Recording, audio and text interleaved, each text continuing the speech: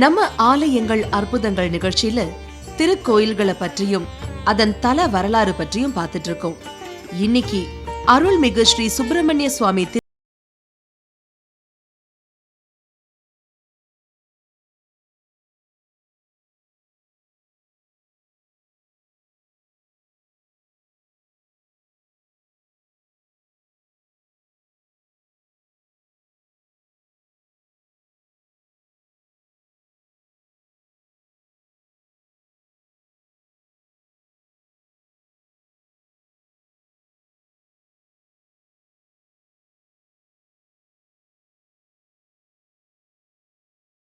ஏறுமயிலேறி விளை யாடுமுகம் ஒன்று ஈசனுடன் ஞானமொழி பேசுமுகம் ஒன்று கூறுமடியார்கள் வினை தீர்த்த முகம் ஒன்று குன்றுருவ வேல்வாங்கி நின்ற முகம் ஒன்று மாறுபடு சூரனை வரைத்த முகம் ஒன்று வள்ளியை மனம் புனர வந்த முகம் ஒன்று ஆறுமுக மான பொருள் நீ அருள வேண்டும் ஆதி அருணாடலம் அமர்ந்த பெருமாளே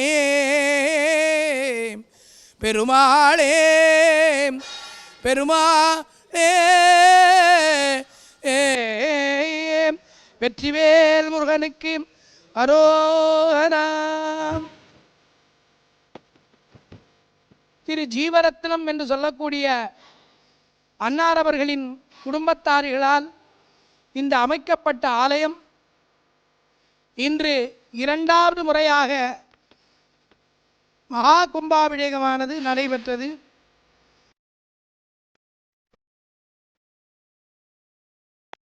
கும்பாபிஷேகம் என்பது கும்ப தீர்த்தத்தில் இறைவனை ஆவாகனம் செய்து யாகத்தின் மூலம் மந்திரம் ஜெபித்து சக்தியை உருவேற்றி அந்த கும்ப தீர்த்தத்தை இறை பிம்பத்திலும் கோபுர கலசங்களிலும் அபிஷேகம் செய்வர். கடவுளின் உடலாக கும்பத்தையும் அதன் மேல் சுற்றப்பட்ட நூல் 72,000 நாடி நரம்புகளையும் உள்ளே ஊற்றப்பட்ட நீர் இரத்தமாகவும் அதனுள் போடப்பட்ட தங்கம் ஜீவனாகவும் மேலே வைக்கப்பட்ட தேங்காய் தலையாகவும் கும்பத்தின் கீழ் பரப்பப்பட்ட தானியம் ஆசனமாகவும் பாவித்து வஸ்திரம் சந்தனம் பூக்கள் ஆகியவற்றை கொண்டு அலங்காரம் செய்து யாக மேடையில் அமைப்பது வழக்கமாகும். சாதாரண கும்பமானது மந்திர சக்தியால் உயர் கலசமாக மாறுகிறது. கும்பாபிஷேகத்தால் ஆலயத்தின் இறை சக்தி பன்மடங்கு பெருகுகிறது. கும்பாபிஷேகம் ஆவர்த்தனம், அனுவர்த்தனம், புனஸ்வர்த்தனம், அந்தரிதம் என 4 வகைப்படும். கும்பத்தை கோயிலில் உள்ள தெய்வ சிலை அருகில் வைப்பார்கள். தர்பை மாவிலை கொண்டு மந்திரங்கள் ஓதி தெய்வ வடிவில் விளங்கும் மூர்த்தியை கும்பத்திற்கு மாற்றுவார்கள். பின்பு அதை வேறிடத்திற்கு எழுந்தருளச் செய்வார்கள். இதை பாலாலய பிரவேசம் என்பர். ஆவாகனம் என்றால் கும்பத்தில் உள்ள நீருக்குள் மூர்த்திகளை எழுந்தருள செய்தல் என்பது பொருள். கும்பத்தை முதலில் கோயிலில் உள்ள தெய்வ திருவுருவின் அருகில் வைத்து தர்பை மாவிலை ஆகியவற்றை கொண்டு மந்திரங்கள் ஓதி பிம்பத்தில் விளங்கும் மூர்த்தியை கும்பத்தில் எழுந்தருள செய்வார்கள். பிறகு அந்த கும்பத்தை யாகசாலைக்கு எழுந்தருளச் செய்வார்கள். தர்பையின் மூலம் கும்பத்தில் உள்ள தெய்வீக சக்தியை பிம்பத்திற்கு மீண்டும் செலுத்துவார்கள்.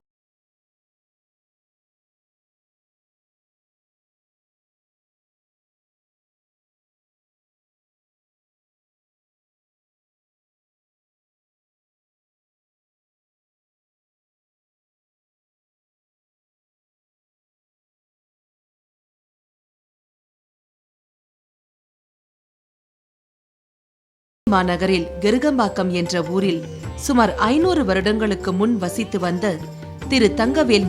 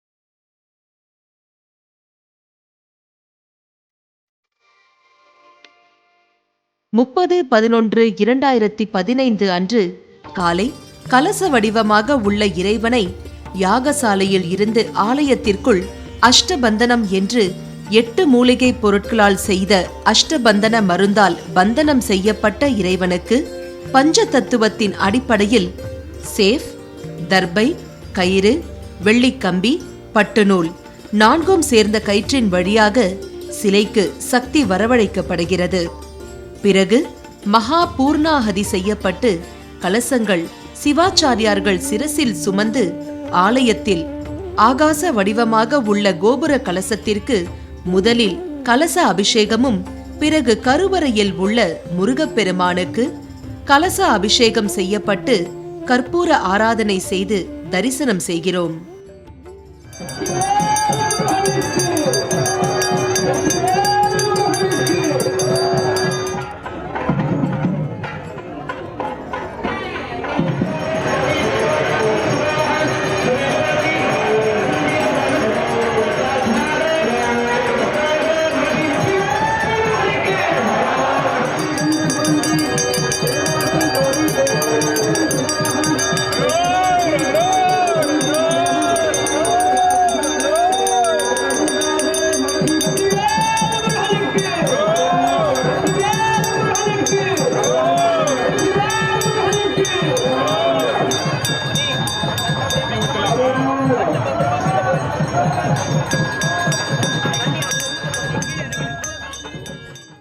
ஒரு நாள் முருகப்பெருமானை தரிசனம் செய்தால் ஒரு நாள் தரிசித்த பலன்தான் கிடைக்கும். ஆனால் இந்த கும்பாபிஷேகம் நடைபெறுகின்ற இந்த நேரத்திலே அந்த முருகப்பெருமானை நாம் தரிசனம் செய்தவையானால் 12 ஆண்டுகள் நம்முடைய ஆலயத்திற்கு வந்து முருகப்பெருமானை தரிசனம் செய்தால் என்ன பலன் கிடைக்குமோ அந்த பலனை இன்றைய தினம் தரிசித்த அனைத்து பக்த கோடிகளுக்கும் முருகப்பெருமான் நல்லாசி அருளியிருக்கின்றார்.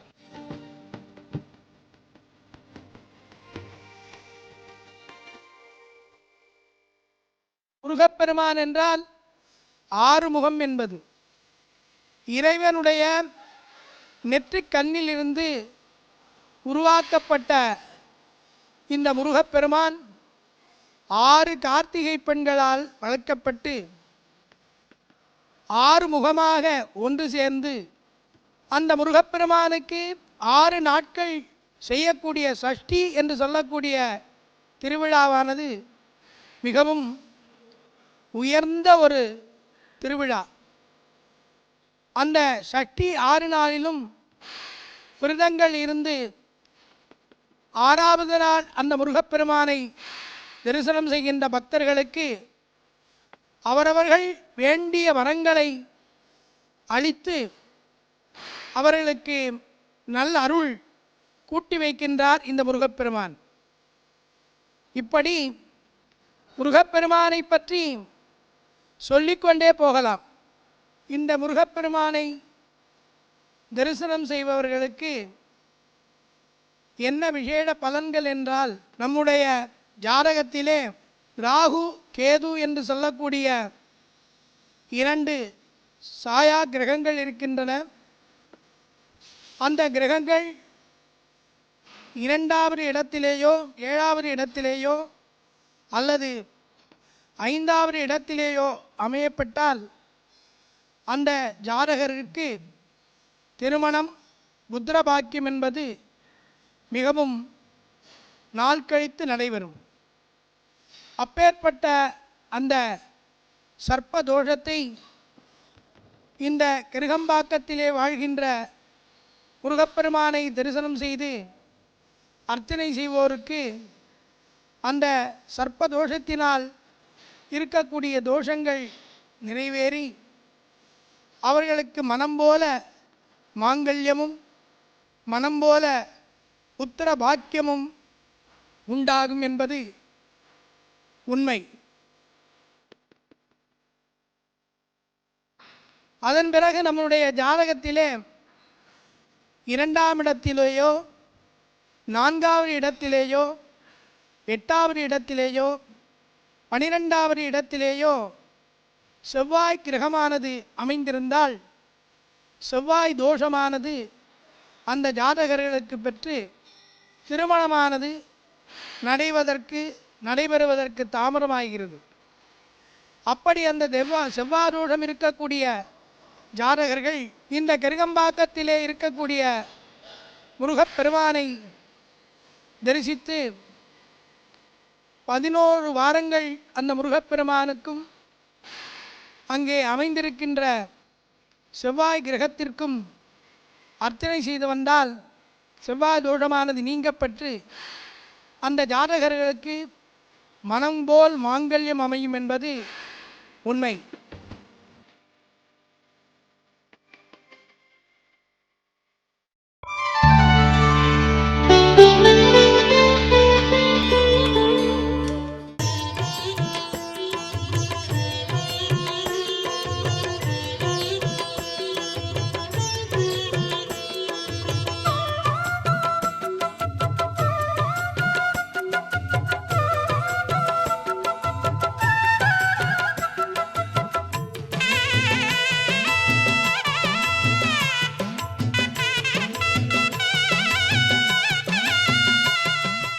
இந்த முருகப்பெருமான் கேட்டதை கொடுத்து நமக்கு நல்லாசி வழங்கி கொண்டிருக்கின்ற கிருகம்பாக்க முருகனை நாம் தரிசனம் செய்து இந்த வாழ்க்கையிலே சீரும் சிறப்புமாக வாழ வேண்டும் என்று